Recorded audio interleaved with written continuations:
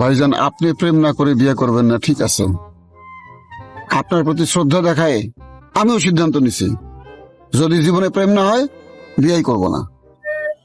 এখন আমাদের একমাত্র ভাইগনা, সেও তো একই সিদ্ধান্ত নিছে যে মামাদের যদি প্রেম না হয় এবং বিয়ে না হয় সেও বিয়ে করবে না।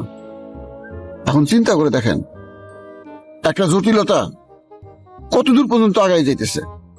এটা তো একটা সমাধান দরকার নাকি? আপনি জীবনে শাক খাইছেন, শাক খাওয়ার পরে সিদ্ধান্ত নিয়েছেন যে বিয়ে করবেন না। আমি তো শাক না খেয়ে সিদ্ধান্ত নিছি যে প্রেম না করে বিয়ে করবো না। ভাগ্নেরও একই অবস্থা, সে প্রেমও করেনি, শাকও খায়নি, সিদ্ধান্ত নিয়ে নিছে প্রেম ছাড়া বিয়ে করবে না। এখন কি করব বলেন? কেন, আমি কি করলাম? আপনি যদি বিয়েটা করে ফেলতেন তো আমিও প্রেমের অপেক্ষায় থাকতাম না, ভাগ্নেও প্রেমের অপেক্ষায় থাকতাম না, তো সর বিয়ে হয়ে যেত। এখন তো আপনার প্রতি শ্রদ্ধা দেখাইতে যে, আপনার প্রতি মমতা দেখাইতে যে আমরা কেউ বিয়ে করতেছি না। তো দায়ী আপনি না, মাঝখান থেকে দাঁড়িয়ে রেখে দিয়েছেন। দাঁড়িয়ে রেখে কি লাভ? দাঁড়িয়ে কি কোনো সমাধান? আপনি দাঁড়িয়ে রাখছেন, আপনার দেখা দেখি আমিও দাঁড়িয়ে রাখছি।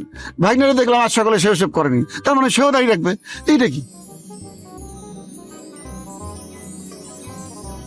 পৃথিবীতে প্রেম বলে এই যে আমাদের বিয়ে না করার একটা জটিলতা তৈরি হয়েছে না, এটা তো একটা সমাধান দরকার। আমার মনে হয় আমি হারুনের সঙ্গে বসি, তার সঙ্গে আলাপ করি যে সমাধান কি।